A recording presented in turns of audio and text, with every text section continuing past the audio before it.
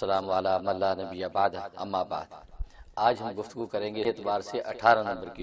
صورت ہے، اور اس سے پہلے یہ سورہ بنی اسرائیل پر گفتگو تھی، اور یہ سورہ کہف جو مکی صورت ہے یعنی ہجرت مدینہ سے پہلے نازل ہوئی، اور اس کی 110 آیات ہیں اور بڑی بابرکت۔ اس کے نزول کے وقت یہ واحد صورت ہے، اس کے نزول کے وقت 70,000 فرشتے ساتھ آئے تھے۔ یہ اتنی زبردست صورت اور اتنا عظیم الشان نور لے کر آئے کہ اس لیے حدیث میں آتا ہے کہ اس کی جب جمعے کو تلاوت کر لی جاتی ہے تو اگلے جمعے تک جو ایک نور پورے فضا میں زمین سے آسمان تک پھیلا رہتا ہے، اور وہی نور پڑھنے والے کی قبر میں اور قیامت کے بعد کے احوال میں اس کے ساتھ رہے گا۔ یہ اتنی بابرکت، اور ایک جمعے کو پڑھ لی تو پیچھے سے ایک جمعے تک کے جتنے گناہ ہیں وہ سارے معاف ہو جاتے ہیں۔ اس لیے آپ نے دیکھا اہل اسلام میں اس کی جمعے کو تلاوت کا بڑا اہتمام کیا جاتا ہے، کیونکہ یہ 70,000 نورانی فرشتے لے کر اترے اس صورت کو۔ تو اس صورت میں عجیب و غریب مضامین ہیں۔ اس سے پہلے صورت ابراہیم میں نے بتایا تھا مواہد اعظم کا ذکر تھا، پھر صورت جو ہجر اور نحل میں اسی کے ضمنی مضامین تھے،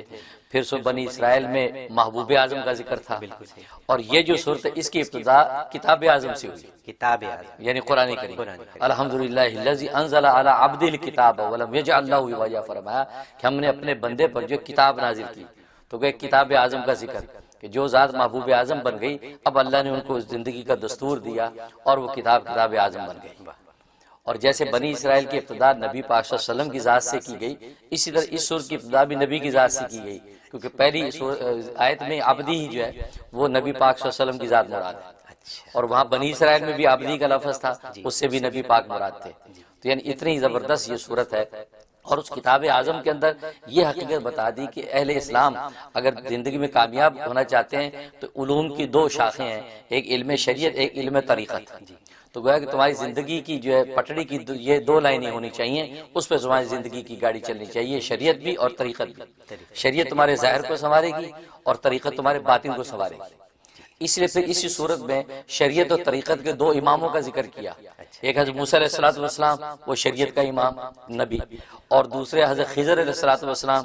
جو وہ طریقت کا امام۔ تو ان دونوں نبیوں کی جو ہے وہ ایک ملاقات اور ایک تفصیلات اور واقعہ ذکر کیا کہ دیکھو یہ شریعت اور طریقت یہ دونوں مل کے اب یہ کامل ایمان بنتا ہے۔ تو جیسے وہ دونوں آپس میں ملے، یہ مکمل زندگی اس کو بولتے ہیں۔ نری شریعت ہو طریقت نہ ہو تو بھی یہ پھیکی ہے زندگی، طریقت ہے شریعت نہ ہو تو بھی زندگی ہے، لیکن دونوں ساتھ ساتھ ہوں۔ جیسے واقع میں خضر اور موسیٰ کو اللہ نے اکٹھا کر دیا، ایسے تمہاری زندگیوں میں بھی شریعت اور طریقہ اکٹھے ہونی چاہیے۔ یہ ہے سورت کہف، یہ اس کی شان اس میں بیان کی، اور پھر یہ بتا دیا کہ محبوب اعظم جو توحید اور عبدیت کی شان لے کے آیا، کہ جنہوں نے اس کے اوپر عمل کیا، لہذا اصحاب کہف کا ذکر کیا کہ اصحاب کہف کی طرز زندگی ایسی تھی کہ توحید کا علم انہوں نے اٹھایا جو ابراہیم علیہ السلام نے دیا تھا، اور توحید کی وجہ سے شرک چھوڑ کر وہ غاروں کے اندر چلے گئے۔ تو اصحاب کہف کے ساتھ اللہ تبارک و تعالی نے ایسا کیا جیسے ابراہیم جو مواہد اعظم تھا اس کو نمرود کی آگ سے جو بچا لیا، ایسے ہی اصحاب کہف کو ظالم بادشاہ سے بچایا،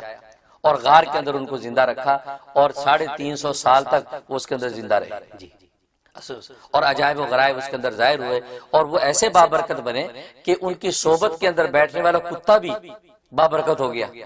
اس کا ذکر قرآن نے کیا، اور لکھا ہے کہ جنت میں وہ کتا بھی ساتھ جائے گا،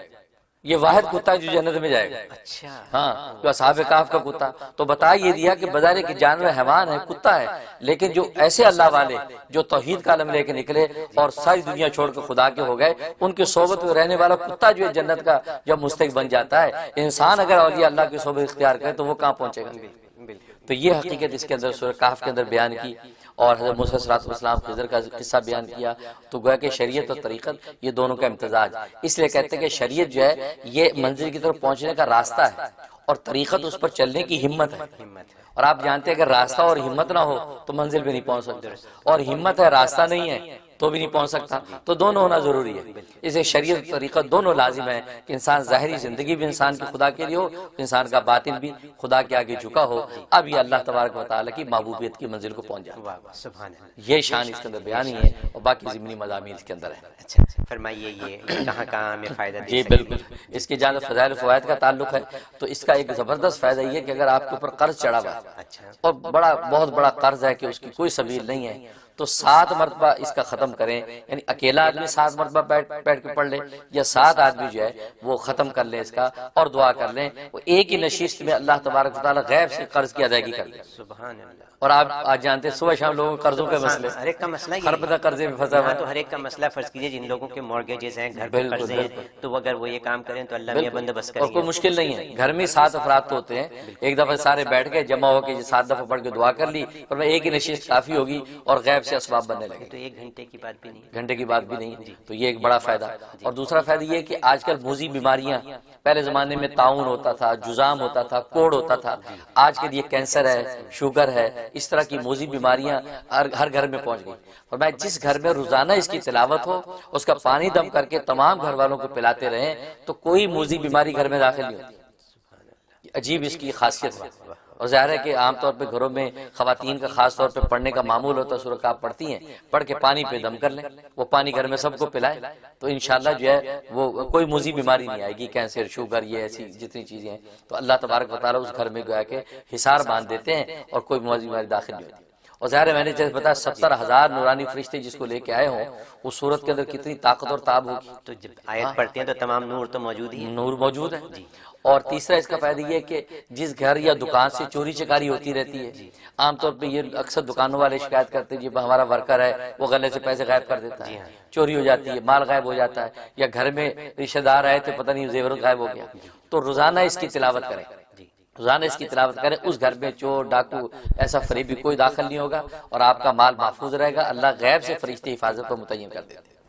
یہ اس کی بابرکت یہ فوائد ہے۔ اور جہاں تک خواب کا تعلق ہے تو خواب میں اگر کسی نے دیکھا اس کو تو ابن کثیر رحمۃ اللہ علیہ فرماتے ہیں کہ اس کا مطلب اس کی عمر دراز ہوگی اور اس کو اللہ تبارک و تعالیٰ مالی خوشحالی عطا فرمائے گا۔ اور ظاہر دنیا میں انسان کو لمبی عمر اور خوشحالی چاہیے ہوتی، لمبی عمر اور خوشحالی نہ ہو تو بھی کچھ نہیں، خوشحالی لمبی عمر نہ ہو تو بھی کچھ نہیں، دونوں نعمتیں اللہ تبارک و تعالیٰ خواب میں دیکھنے والے کو عطا کرتے ہیں۔ اور ایک فائدہ اس کا یہ ہے کہ ایک بات بڑی دلچسپ بات لکھی ہے معبرین نے کہ اتنی لمبی عمر ہوگی کہ تنگ ہو جائے گا، اچھا اتنی لمبی ہو کہ تنگ ہو جائے گا کہ یار بس یا اللہ بس اب تو اٹھا لے، یہ حالت ہو، لیکن پھر اس حالت میں اللہ اس کے دین کو محفوظ رکھیں گے اور اس کی دینی عبادات، دینی ذکر و اذکار، اللہ کا تعلق جو ہے وہ اس کا قائم رہے گا، اس کی وجہ سے اس کی لمبی عمر جو اس کے لیے نافع ہو جائے گی، یہ اس کا بڑا فائدہ ہے۔ اور تیسرا اس کا فائدہ یہ ہے کہ کوئی دشمن ہے، شر ہے اور بیماریاں ہیں، اس طرح کی جتنی آفات ہیں اللہ تبارک و تعالیٰ ان آفتوں سے اگر آئی ہوئی ہیں تو اس سے نجات ہو جائے گی، اگر نہیں آئی ہوئی تو اس سے اس کی حفاظت ہو جائے گی۔ تو یعنی یہ صورت ایسی ہے کہ اس کو پڑھنے سے ایک ایسا حصار آپ کے ارد گرد ہو جاتا ہے کہ جو آپ کی بھی حفاظت کرتا ہے، آپ کے گھر کی بھی حفاظت کرتا ہے، آپ کی مالی مشکلات کو بھی دور کرتا ہے، آپ کی چوری چکاری بیماری یہ ساری چیزیں دور کرتا ہے۔ یعنی یہ ایک ٹوٹل سیکیورٹی بہت زبردست قسم کی ہے کہ یہ بہت تو یہ اس کے فضائل فوائد اور خوابوں کی تعبیر ہے۔ ویڈیو کے نیچے سبسکرائب کے بٹن پر کلک کریں، بیل کے آئیکن پر کلک کیجئے تاکہ ہر نئی ویڈیو کی نوٹیفیکیشن آپ کو مل جائے۔